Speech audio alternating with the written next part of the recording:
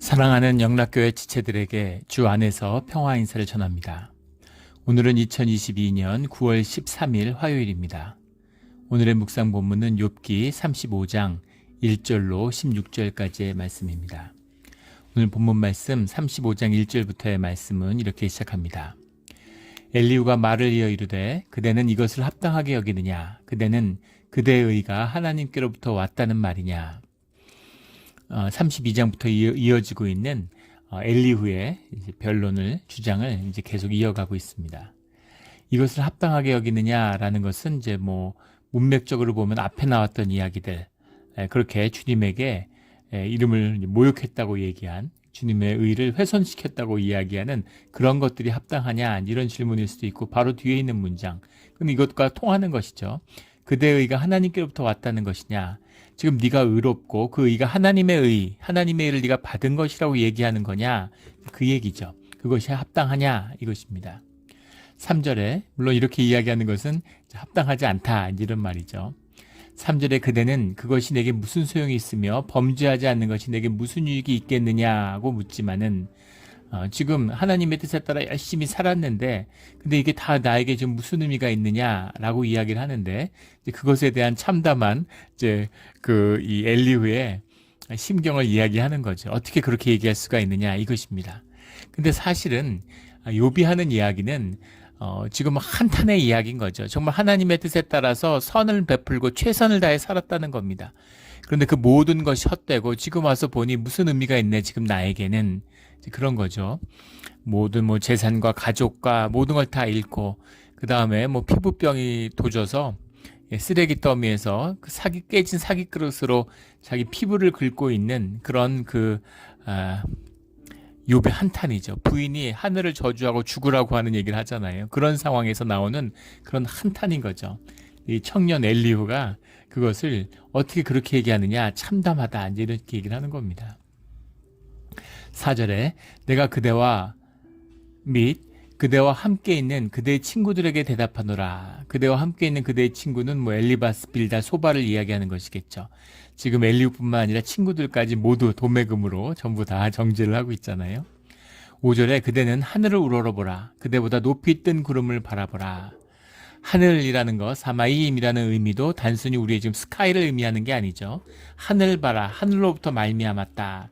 이렇게 유대인들이 얘기할 때는 하늘이라는 건 초월적인 저편의 세계, 이런 걸 이야기하는 거죠.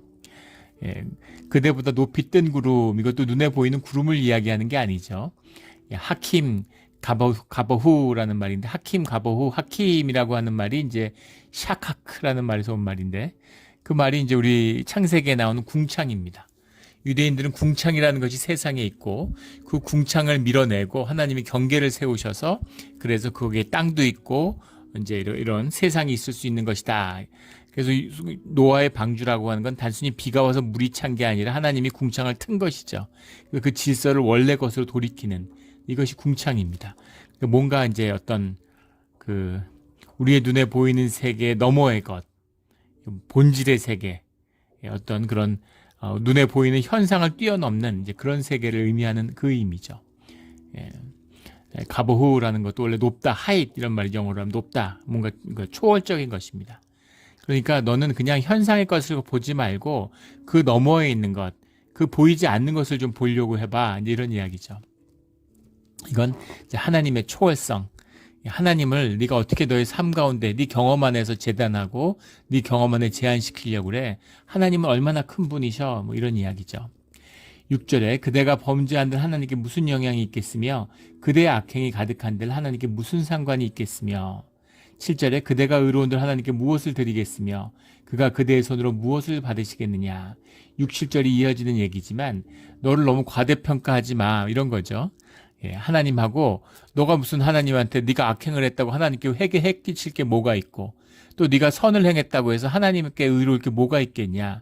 너는 작은 티끌 같은 존재고 하나님 높고 크신 분인데 어떻게 너와 너 하나님과의 관계 속에서 하나님을 규정하고 하나님의 행위에 대해서 네가 정죄하려고 들어, 이런 이야기인 거죠. 8절에 그대의 악은 그대와 같은 사람에게나 있는 것이요 그대의 공의는 어떤 인생에게도 있느니라. 좀 해석이 조금 묘하게 좀 이렇게 흐릿하게 되어 있는데, 그대와 같은 사람이라는 것이 이제 이쉬 카모카 이런 말입니다. 이쉬라는 게 사람이잖아요. 카모카라는 게 이제 like you 이런 거죠. 너 같은 사람 이런 겁니다. 예.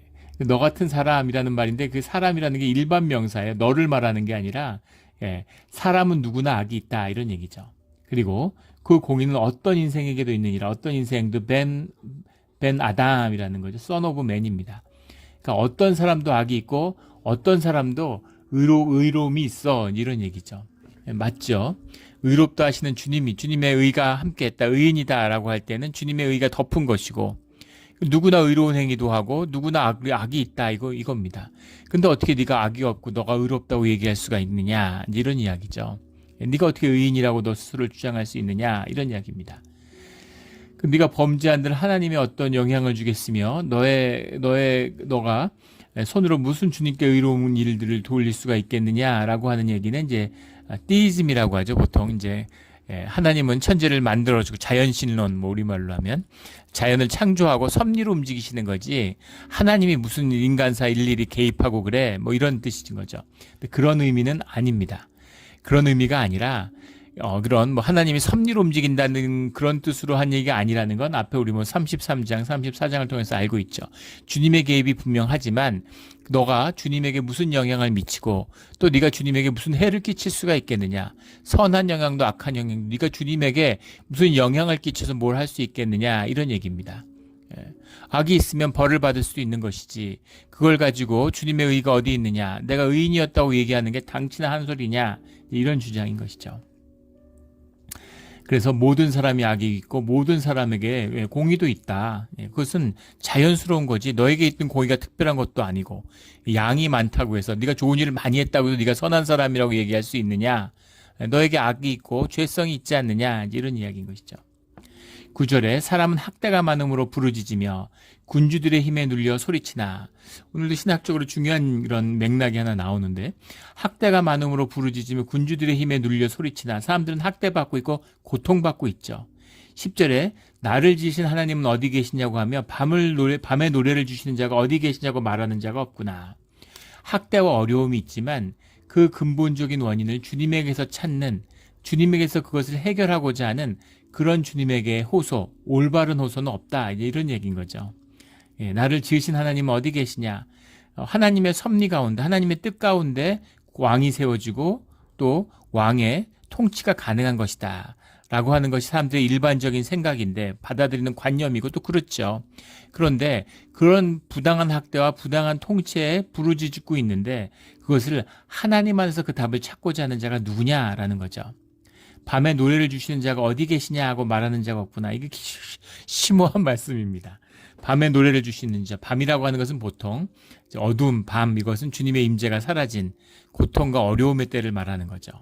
노래를 주시는데 노래라는 건 기뻐서 부르는 거잖아요. 물론 슬픔의 노래도 있지만 그 성경에서 노래를 부른다라는 건 주님을 찬양하고 주님을 찬미하고 높이는 그런 주님을 향한 감사와 기쁨의 노래죠. 찬양이죠. 그런데 밤에 노래를 주신다라는 것, 우리가 어떻게 밤에 노래를 할 수가 있겠어요? 근데 밤에 노래를 한다는 건 어려움과 그 비통함 속에서도 주님이 소망이 되시고 그 안에 주님의 뜻을 발견하게 되고 주님이 주시는 위로가 함께하기 때문에 그래서 주님을 노래할 수 있는 그 기쁨이 솟아날 수 있다는 거죠. 이것이 아주 역설적으로 보이고 모순적으로 보이지만 사실은 신앙의 신비고 주님의 임재의 신비죠. 밤에 노래를 주시는 자. 예전에 어떤 분이 그런 고백을 제가 기억해요. 하나님 믿고 주님을 영접하고 나니까 얼마나 기쁘고 좋고 주님과 같이 말씀으로 교제하는 게 얼마나 기뻤는지 밤에 이불을 뒤집어 쓰고 혼자 웃으면서 이건 아무도 모를 거야. 세상에 이 기쁨을 누가 알까? 이런 생각이 들었다. 이런 고백을 들었던 기억이 납니다.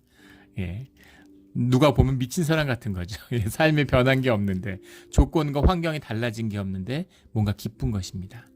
기쁨이 있고 주님에게 감사의 노래가 나오는 거예요.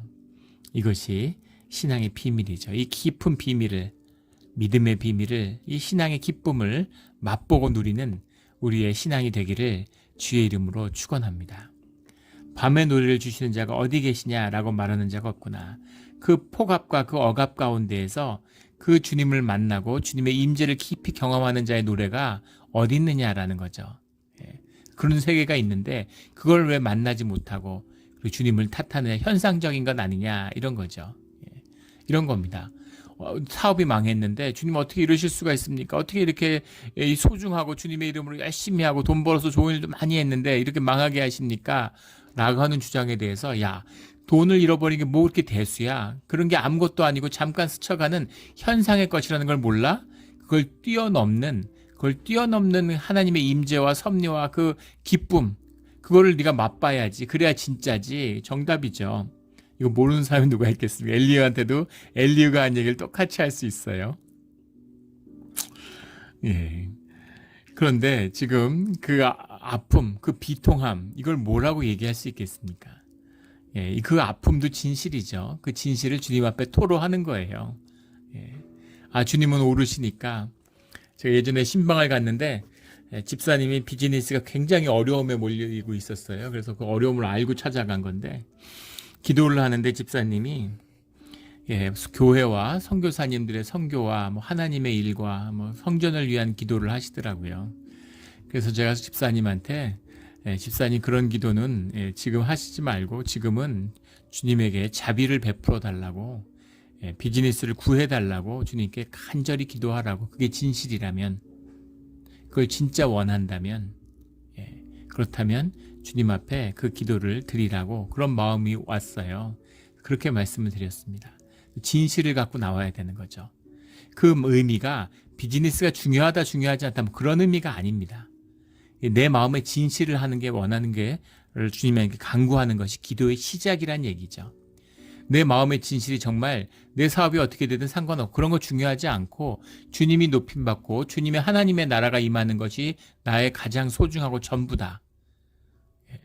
그런 마음이라면 그 마음대로 기도하는 게 맞죠. 근데 어떤 종교적인 당위, 어떤 종교적인 의, 이런 것으로서 거짓을 행하는 건 주님의 이름을 욕보이는 것이다 라는 이야기입니다. 늘 진실해야 되는 것이죠. 그리고 또 이 말은 깊은 말이에요. 밤에 노래를 주시는 자가 어디 계시냐라는 이 말이죠. 주님이 정말 무슨 가족을 잃고 사업이 망하면 다 끝난 것이냐, 세상에 그거밖에 없느냐, 그렇지 않죠. 현상을 뛰어넘는, 육을 뛰어넘는 영의 세계, 본질의 세계가 있고 또 세상으로는 설명할 수 없는 그 기쁨과 소망이 있는 것이죠. 11절에 땅의 짐승들보다도 우리를 더욱 가르치시고 하늘의 새들보다도 우리를 더욱 지혜롭게 하시는 이가 어디 계시냐고 말하는 이도 없구나.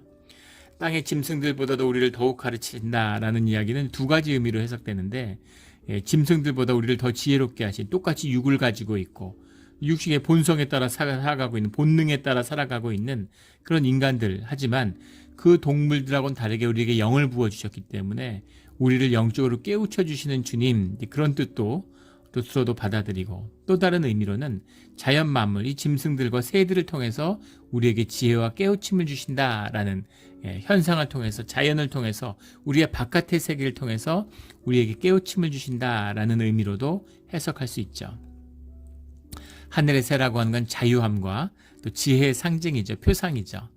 메신저, 하늘의 메신저라고 이해됐기 때문에, 그래서 그 새를 통해서 하나님이 보이지 않는 것의 지혜를 상징하는 거죠. 그런 걸 우리가 알게 하시고, 또 땅에 묶여 있는 것 같지만 자유로운 세상에 있는 걸 보게 하시고, 세상의 자연의 섭리를 통해서 우리를 깨우치게 하신다, 이런 의미로도 해석을 합니다. 그것도 뭐 충분히 통하는 해석이죠. 우리가 동물의 왕국, 저는 자연 다큐멘터리 보는 걸 굉장히 좋아하는데, 그런 걸 보면 하나님의 섭리가 있구나, 기가 막힌 섭리가 있습니다. 사람도 자연의 일부로 만들어졌죠. 물론 자연 그 자체는 아니지만 자연을 뛰어넘는 하나님의 영이 함께하고 있지만 우리에게 자연성이 있습니다. 그래서 많은 것을 동물 다큐멘터리 같은 걸 보면 이해할 수가 있어요. 그런 깊이 있는 그런 통찰 같은 것이 있습니다. 참 신비롭죠. 12절에 그들이 악인의 교만으로 말미암아 거기에서 부르짖으나 대답하는 자가 없음은, 그들의 악인의 교만으로 부르짖는다는 건 무슨 얘기냐면 9절에 나오는 군주의 학대죠.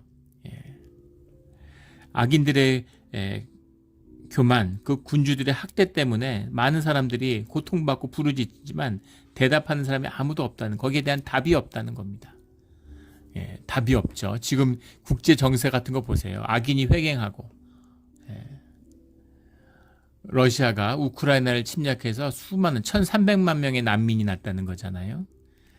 예, 한번 생각해 보십시오. 집을 잃고서 길을 떠돌고 또 많은 사람들이 죽었고 수만 명이 죽고, 그 청년들이 무슨 잘못이 있습니까? 그 아무 잘못된 걸 증오를 불어넣어 가지고 싸움을 붙여서 다 사촌들이잖아요. 우크라이나, 러시아나. 예, 근데 전쟁을 해갖고 사람들이 서로 미워하고 죽이게 만들고. 아이러니하는 건 러시아가 지난 넉 달 동안 이 러시아 역사상 가장 큰 무역 흑자를 냈다는 거잖아요. 서방이 제재를 하고 있는데, 루블을 달러로 바꿔주지도 않는데, 그런데 엄청난 외환 소득을 거두고 있다는 거죠. 전쟁을 하니까. 그래서 일부러 전쟁을 일으켰다는 이야기도 있고, 그거를 서방이 징계한다고 해서 서방이 다 사주는 거 아니에요? 지금 프랑스가 공해상에서 러시아의 석유를, 가스를 다량으로 수입했다고 그래서 이제 지금 유럽의 연합의 공조가 깨질 거다 뭐 이러고 아주 시끄럽습니다. 유럽이 먼저 무너지는지 러시아가 무너지는지 이제 시간의 싸움이죠. 근데 정말 악하고 그 와정 가운데서도 또 싼값에 인도 같은 나라 보세요. 중국하고 대립하고 미국하고 무슨 F4인가요? 뭔가요? 그 무슨 4예요? 그걸 만들어 가지고 그 대항한다고 하면서 또 러시아의 석유가스를 수입해서 이익을 남기고, 공의도 없고 그냥 그 이해에 따라서 모든 걸 움직이는 거죠. 중국 같은 나라들. 참 어떻게 이럴 수가 있나. 하지만 누가 답을 합니까? 이걸 어떻게 해결할 수가 있나요? 러시아 사람들한테 어떻게 러시아는 이렇게 푸틴 같은 이런 사악한 독재자를, 히틀러 같은 놈을 어떻게 지도자로 그렇게 뽑을 수가 있냐? 민주주의가 뭐냐? 이렇게 질문을 하는데, 그 러시아의 어떤, 소련까지 합쳐서 그 어떤 지도자보다도 푸틴이 낫다는 거죠. 옐친 시대에는 그 길에서 뭐 커피 한 잔을 마시지 못하고 완전히 치안이 무너져가지고, 뭐 고르바초프를 때문에 말할 것도 없고. 근데 이렇게 잘 살고 이렇게 풍요롭고 이렇게 안전하던 때가 일찍이 없었다는 거죠. 뭐가 악이냐? 이런 근본적인 질문에 빠지게 되는 겁니다. 미국을 보세요. 미국의 대외 정책의 실패와 실패의 연속입니다. 미국이 강대국이고 세계의 두뇌를 모은 것 같지만 어리석은 짓을 계속 반복하죠.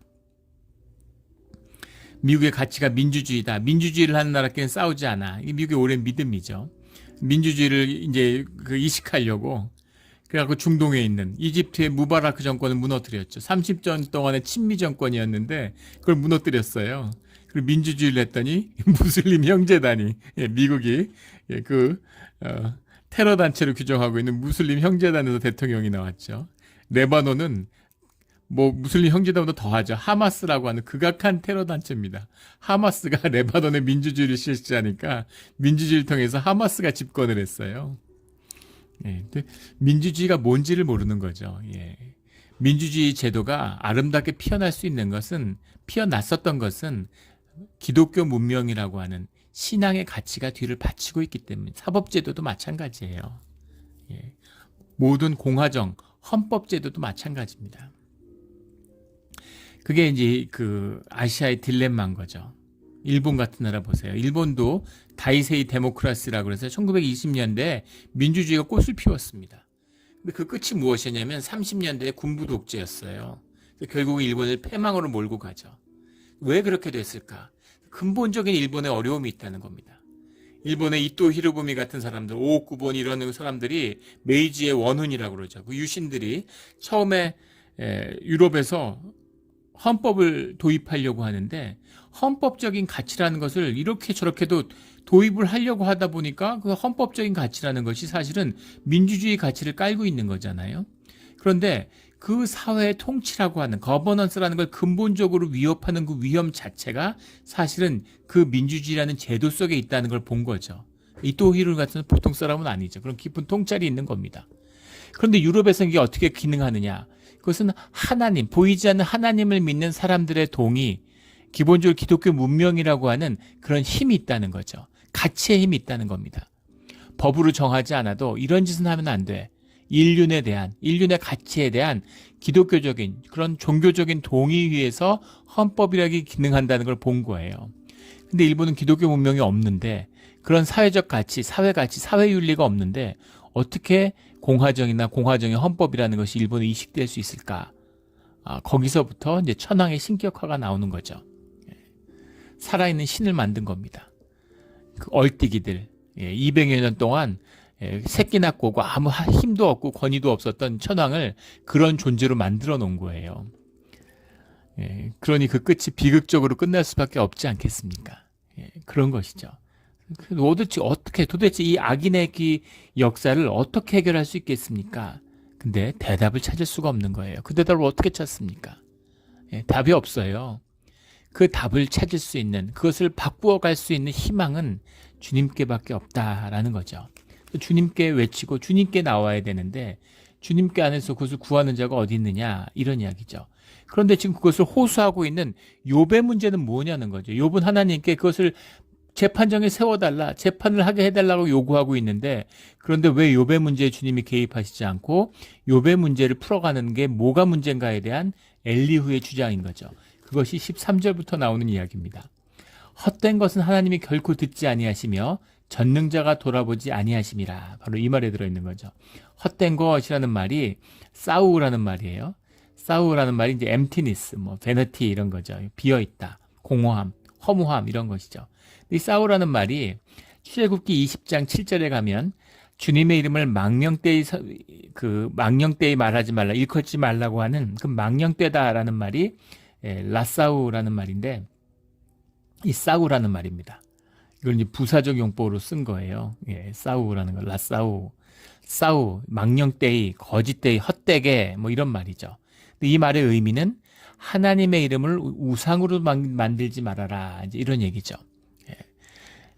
거짓으로 만들지 말아라, 이런 이야기입니다. 진짜인데 그걸 거짓으로 만들지 마. 하나님 말을 욕되게 하고 거짓되게 하는 것, 이것은 용서받을 수 없다, 이런 얘기잖아요. 그런데 헛된 것은 하나님이 결코 듣지 아니하시며라는 건 망령되이라는 말과 같은 말이에요. 출애굽에 나오는.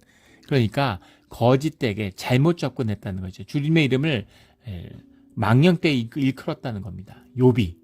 그래서 주님이 결코 그런 것에 답할 수 없고 너와 만나 주실 수 없다, 이렇게 얘기하는 거죠. 근데 엘리후의 이야기가 끝나자마자 주님의 음성이 이제 선포되죠. 그래서 사실은 욥에게는 맞지 않는 얘기인데 이것이 엘리후의 해석인 것입니다. 14절에 하물며 말하기를 하나님은 배울 수 없고 일에 판단하시는 그의 앞에 있으니 나는 그를 기다릴 뿐이라고 말하는 그대일까 보냐. 하나님이 침묵하신 데는 침묵하는 이유가 있다는 거죠. 그런데 나는 모든 준비가 됐고 설 준비가 됐고 옳은 일을 행하고 의인이고 공의를 행했는데 주님이 침묵하신다, 주님이 나를 판정대에 세워주지 않으신다고 말하는 이것뿐이겠느냐, 이것처럼 망령되고 이것처럼 헛된 게 어디 있느냐, 이런 얘기죠. 네가 어떻게 하나님의 이름을 이렇게 욕되게 할 수가 있느냐, 이런 얘기입니다. 그러면 네가 정의로운데 하나님이 나오지 않으면 하나님은 정의롭지 않다는 얘기냐, 이런 얘기인 거죠. 어떻게 이런 얘기를 할 수가 있어. 엘리야는 지금 몹시 화가 난 겁니다. 15절에 그러나 지금은 그가 진노하심으로 벌을 주지 아니하셨고 악행의 끝으로 살피지 아니하셨으므로, 읽으면 이게 무슨 말인가 싶은데, 그가 진노하심으로 벌을 주지 아니하셨고 라는 말이 아니라 punish his anger예요. 정확한 원문을 영어로 해석할 때 있는 걸 보면은, 그가 그의 진노를 벌주지 않았다, 이런 뜻입니다. 원문은. 그는 누구겠어요? 하나님이 욥의 진노를 벌하지 않으셨다라는 거죠.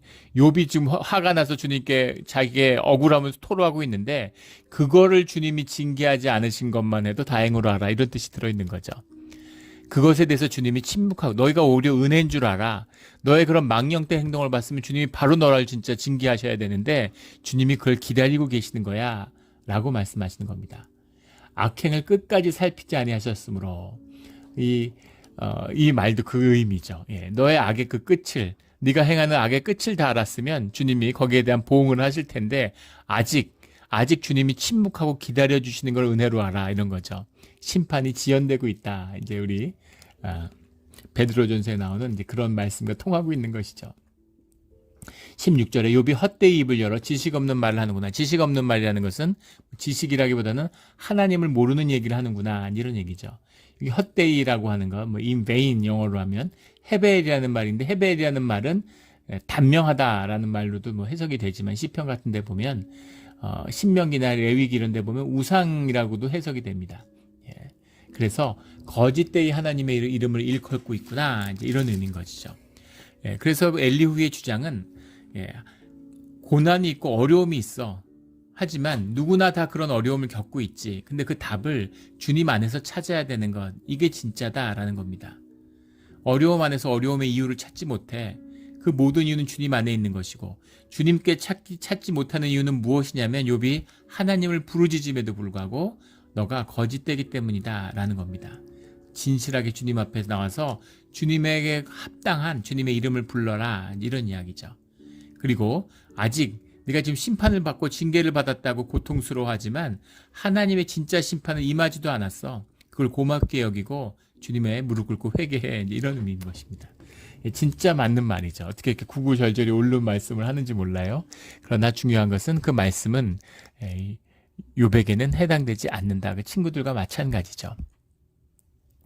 옳다고 해서 정답이 될 수 있려면 바른 문제와 만나는 것이죠. 신앙이라는 건 능력이에요.